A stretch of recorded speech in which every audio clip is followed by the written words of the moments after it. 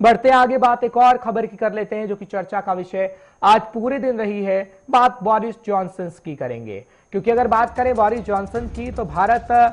की तारीफ Boris Johnson ने की है, कसीदे पढ़े गए हैं और बोले हैं कि दुनिया की फार्मेसी भारत में सबसे बढ़िया है, यानी तो भारत की जो फार्मेसी वो दुनिया में सबसे बढ़िया है।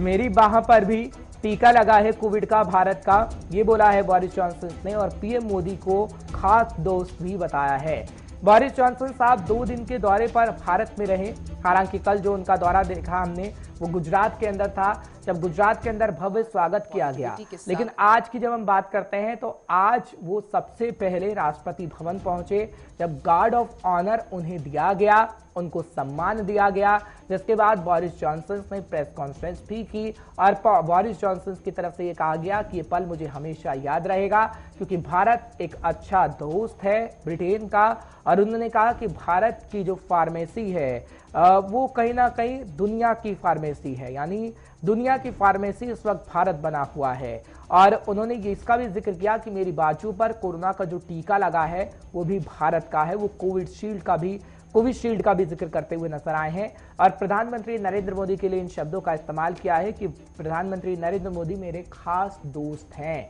ये बोरिस जॉनसन की तरफ से कहा गया। हालांकि साझा प्रेस कॉन्फ्रेंस भी इसके बाद हुई, जब साझा प्रेस कॉन्फ्रेंस के माध्यम से कहा गया है कि भारत और ब्रिटेन के संबंधों में और प्रगाढ़ता आएगी और आगे आने वाले समय में दोनों देश देखेंगे कि किस तरीके से अच्छा काम करेंगे। हालांकि अगर हम बात करें तो तमाम बड़े नेताओं का आना दुनिया भर के जारी है। जब रूस और यूक्रेन का युद्ध चल रहा है, ऐसे में भारत की तरफ तमाम देश देख रहे हैं। हालांकि अगर हम बात करें भारत की तो भारत अपनी नीति को लगातार अपनाए हुए हैं, तटस्थ की नीति। लेकिन अगर हम बात करें दुनिया भर के नेताओं की तो दुनिया भर का नेताओं इस वक्त भारत के अंदर पहुंच रहे हैं। जमावड़ा भारत के अंदर लग रहा है कि भारत की जो रिस्पेक्टफुली वाली छवि है वो कहीं ना कहीं इस वक्त दिख रही है और दुनिया को नजर आ रही है। और विश्व भर में भारत किस अंदाज में नजर आ रहा है वो भी हम देख रहे हैं। फिलहाल गर्मजोशी के साथ स्वागत किया गया प्रधानमंत्री नरेंद्र मोदी की तरफ से बोरिस जॉनसन का, जिसके बाद एक प्रेस वार्ता भी हुई, साझा प्रेस वार्ता हुई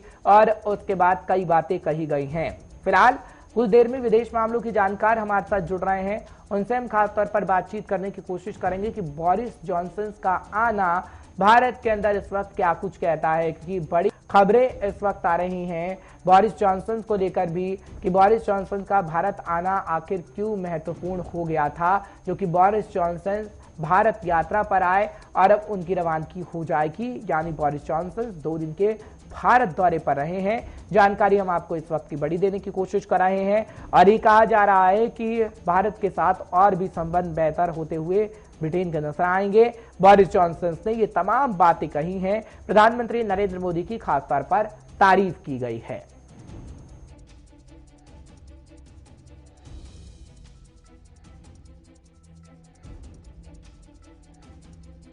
विदेश मामलों के जानकार हमारे साथ जुड़े और अहम मायने बता पाए, क्योंकि कई मायने कहा जा रहा है इसके हैं। जब गुजरात की यात्रा बोरिस जॉनसन ने की तभी एक मायना निकाला गया कि गुजरात में आगे आने वाले समय में इलेक्शन होने हैं और ब्रिटेन के अंदर खासतौर पर गुजराती रहते हैं काफी तादाद में, अच्छी तादाद में, जिसका असर देखने को आगे आने वाले चुनावों में मिल सकता है। और बात करें अगर ब्रिटेन की तो बोरिस जॉनसन की छवि कहीं ना कहीं थोड़ी सी खराब हो रही है कोरोना मसले को लेकर भी।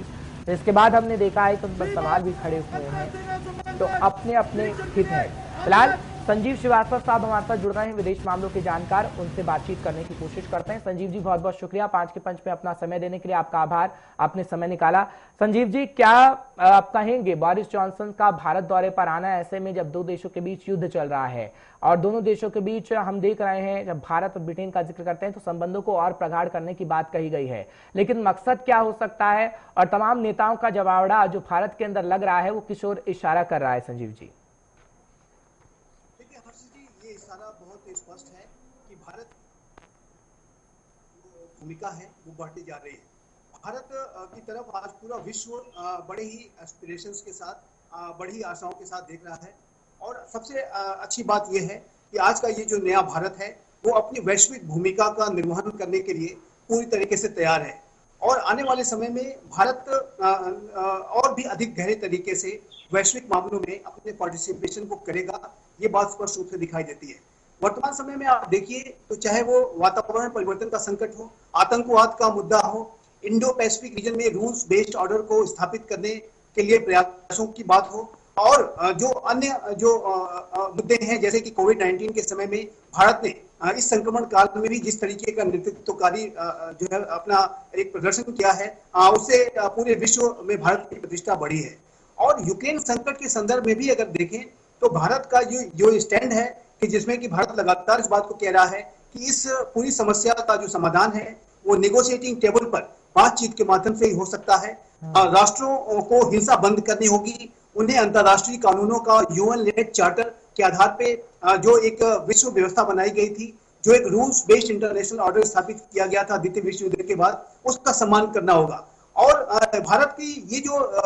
का ये जो स्टैंड है वो बेहद जिम्मेदारी भरा है, और ये स्टैंड इस लिहाज से भी जिम्मेदारी भरा है कि वर्तमान समय में विश्व में महाशक्तियों के बीच में विश्वास का संकट गहराता जा रहा है, राष्ट्रों के बीच में जो रणनीतिक अनिश्चितता बढ़ती जा रही है। ऐसे में भारत महाशक्तियों के बीच में संवाद को स्थापित करने का पक्षधर है। भारत किसी एक पक्ष का यदि साथ ले लेता तो ये जो भारत जो विश्व में जो विश्वास का संकट है उसको और अधिक गहरा करने का ही कार्य करता, जो कि भारत ने ऐसा नहीं किया है। तो इससे जो राष्ट्रों के नेताओं के दौरे हो रहे हैं, जिसमें कि British prime minister Boris Johnson स्वयं आए, रशिया के राष्ट्रपति, रशिया के विदेश मंत्री सर्जेई लैवरोव ने भी यात्रा की, अमेरिका के जो ऑफिशियल्स हैं, अमेरिका और भारत के बीच में अभी इंडिया यूएस 2+2 की जो वार्ताएं हुई हैं, उस सब में बिल्कुल ये स्पष्ट है कि भारत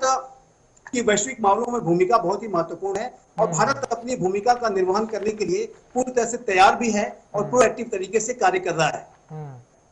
संजीव जी, एक सवाल और आपसे लूंगा, क्योंकि भारत का यहाँ पर जिक्र हो रहा है तो हम हमेशा से कहते आए हैं कि भारत की जो रिस्पेक्टफुल वाली छवि है वो इस वक्त दिख रही है, लेकिन पश्चिमी देश जो इस वक्त भारत पर दबाव बनाने की कोशिश कर रहे हैं कि भारत पश्चिमी देशों का साथ दे, क्या भारत ऐसा करता हुआ आगे आने वाले समय में नजर आएगा? क्योंकि भारत की जो भूमिका इस वक्त हम देख रहे हैं, तटस्थता की जो नीति को अपनाए हुए है भारत, वो कहीं ना कहीं आगे आने वाले समय में भारत को फायदा भी पहुंचाएगा। देखिए, भारत की विदेश नीति रणनीतिक स्वायत्तता के आधार पर निर्धारित होती है। भारत किसी भी दबाव में, किसी भी प्रेशर टैक्टिक्स से, किसी भी महाशक्ति के आधार पे डिक्टेटेड नहीं किया जा सकता। और भारत अपने आप में एक बहुत ही बड़ा राष्ट्र है, विश्व का सबसे बड़ा लोकतांत्रिक राष्ट्र है, एक बहुत बड़ी अर्थव्यवस्था है, बहुत बड़ी सामरिक शक्ति है। भारत अपने आप में एक बेहद महत्वपूर्ण और बेहद शक्तिशाली स्थान रखता है। भारत को दबाव बना करके भारत से अगर कोई समर्थन लेने की कोशिश करेगा तो भारत ऐसा करने वाला नहीं है। भारत ने, चाहे अमेरिका हो चाहे रशिया हो, सभी को स्पष्ट कर दिया है कि इस यूक्रेन के संकट के संदर्भ में भारत अपनी तटस्थता की नीति पे ही चलेगा, और बैक चैनल के माध्यम से भारत ये जरूर कोशिश कर रहा है कि इस विवाद का जो समाधान है वो नेगोशिएटिंग टेबल पर बातचीत के माध्यम से हो। लेकिन इस पूरे यूक्रेन संकट के संदर्भ में जो साइड लेने की, अगर कोई दबाव बनाने की भारत के ऊपर कोशिश करेगा तो ये भारत कभी भी स्वीकार नहीं करेगा। भारत ने अपने बयानों के माध्यम से, चाहे वो भारत के प्रधानमंत्री श्री नरेंद्र मोदी स्वयं हो या विदेश मंत्री श्री एस जयशंकर हो, रक्षा मंत्री श्री राजनाथ सिंह हो, सभी ने इस बात को स्पष्ट रूप से कर दिया है कि भारत अपने राष्ट्रीय हितों के आधार पे और वैश्विक हितों को भी ध्यान में रखते हुए और अपनी सोच के आधार पे, अपने व्यूज के आधार पे अपनी नीति निर्धारित करेगा। किसी के आधार पर भारत डिक्टेटेड नहीं हो सकता, भारत को डिक्टेटेड नहीं किया जा सकता, ये भारत ने स्पष्ट कर दिया है। और ये जो भारत का रुख है आगे आने वाले समय में, जो रणनीतिक स्वायत्तता भारत की विदेश नीति की है, वो लगातार जारी रहेगी।